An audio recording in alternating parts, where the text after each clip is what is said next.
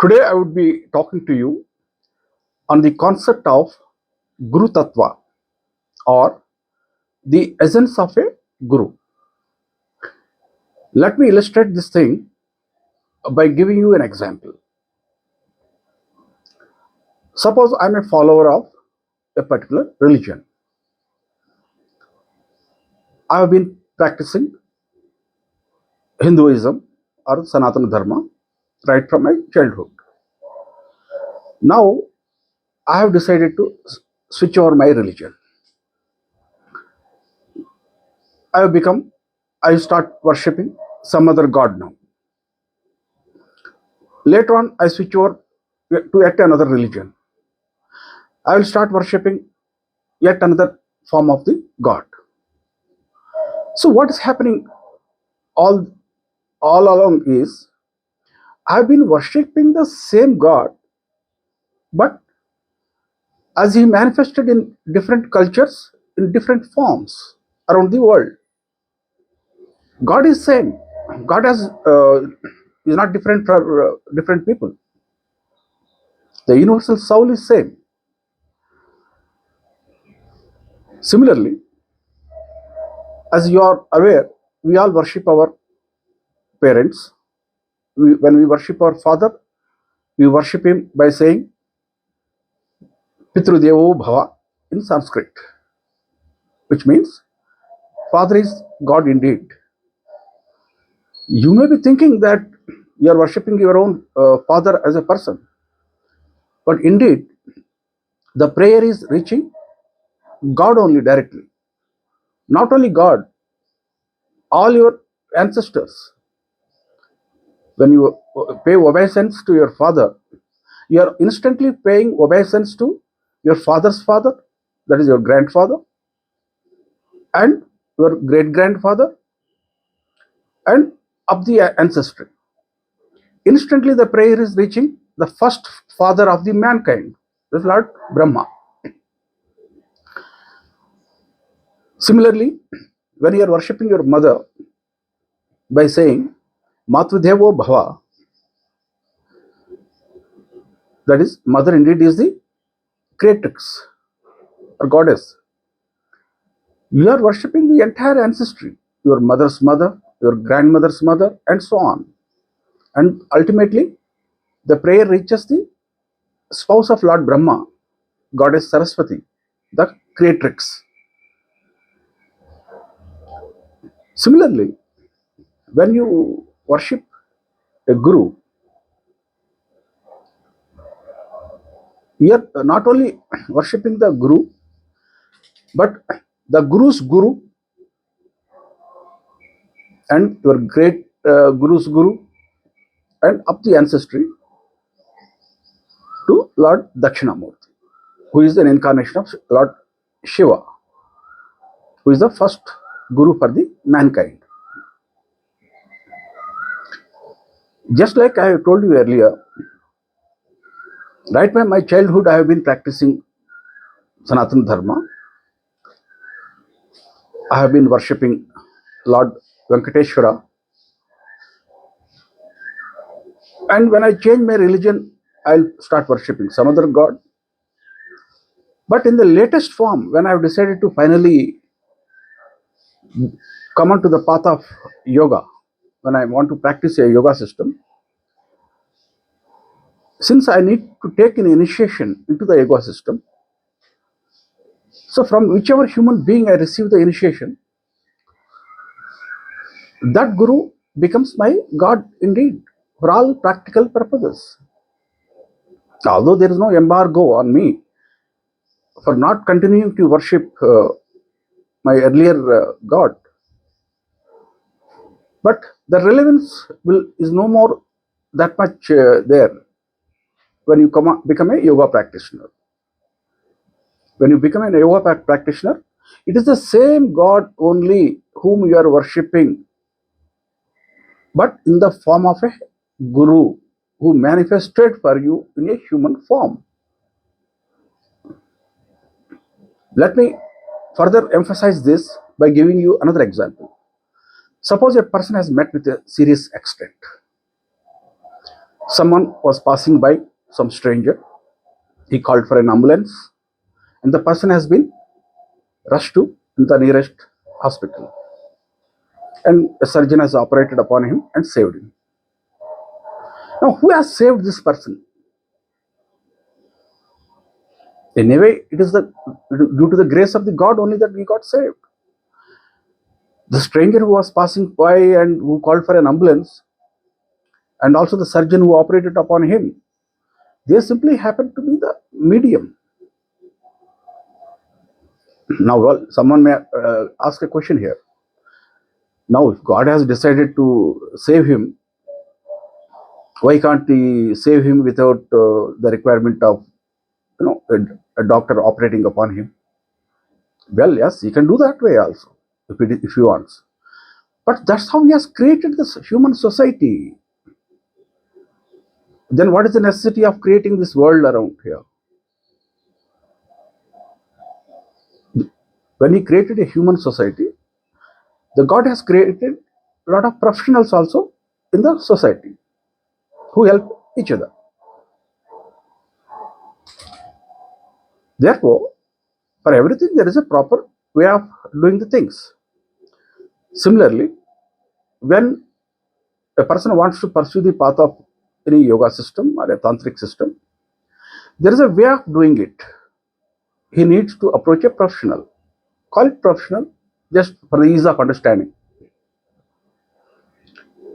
He needs to go to the approach a human being and take initiation into a particular yoga system or a tantric system, and then work his way up.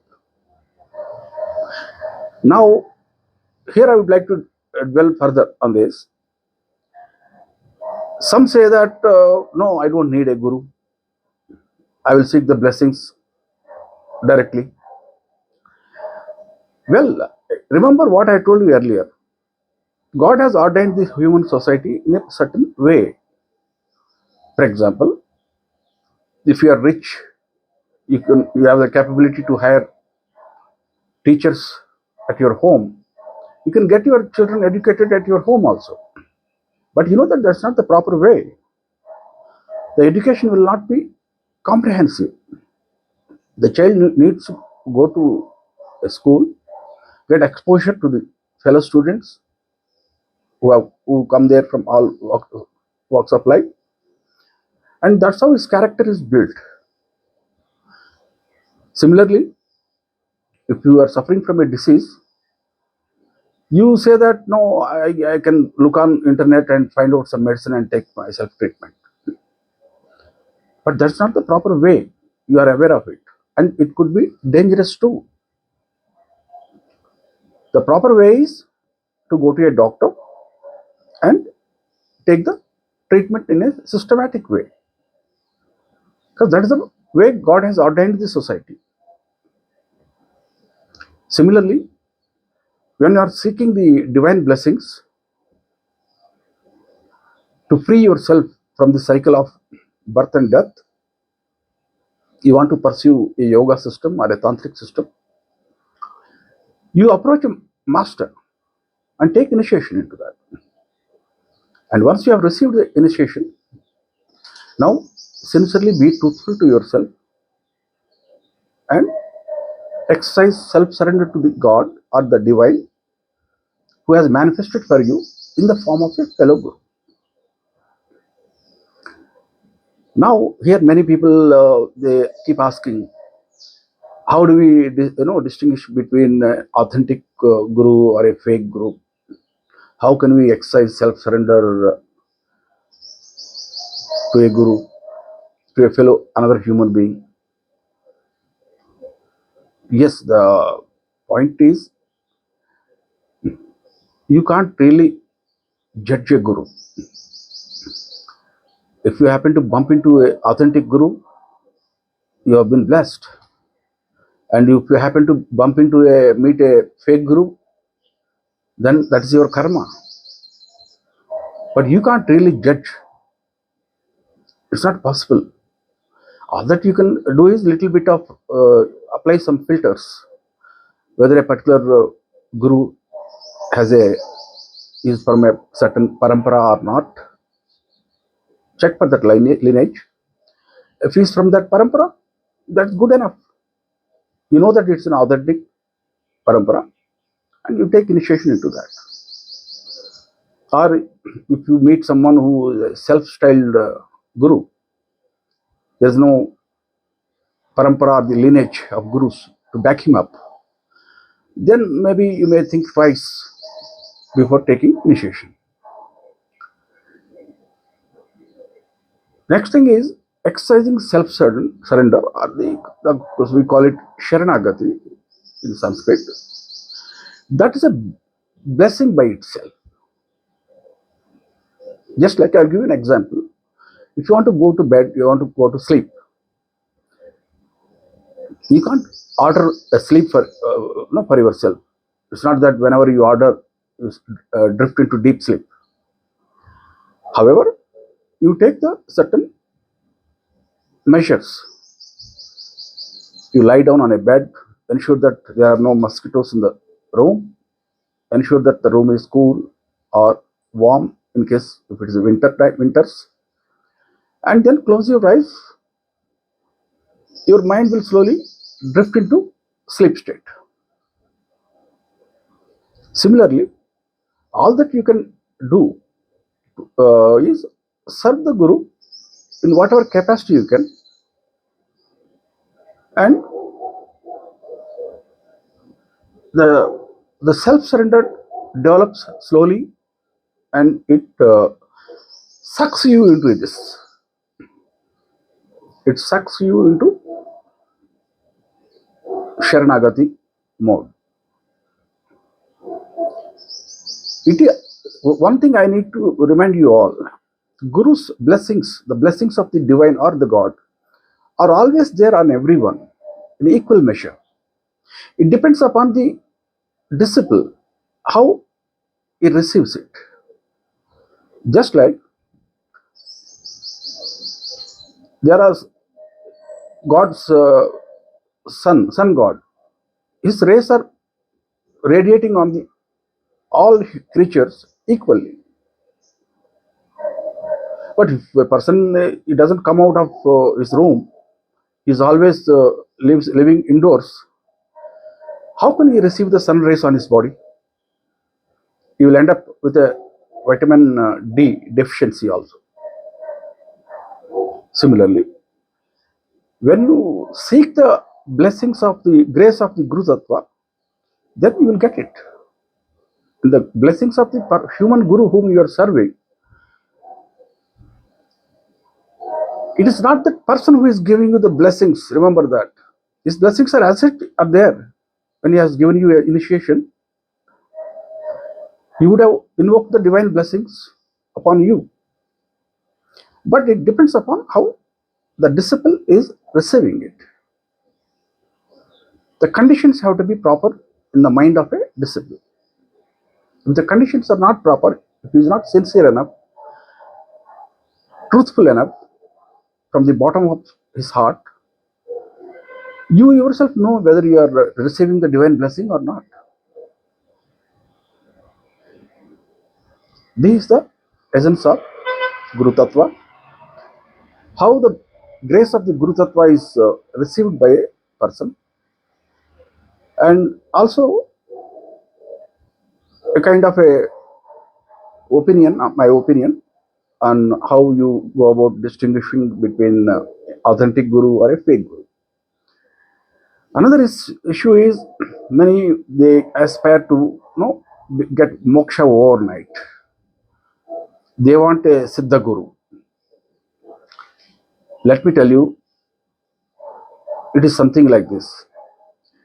A particular person who has really reached a very high level spiritually, let's say he has got all miracles he can perform, he has got all supernatural powers.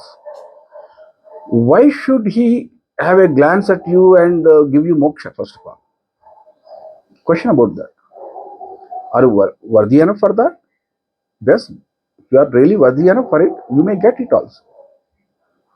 But usually what happens? A person who is in that such a state, you may not be even accepting disciples in the first place, because you will be more bothering about his own moksha. So therefore, don't expect overnight moksha, or don't take shortcuts. You work your way through.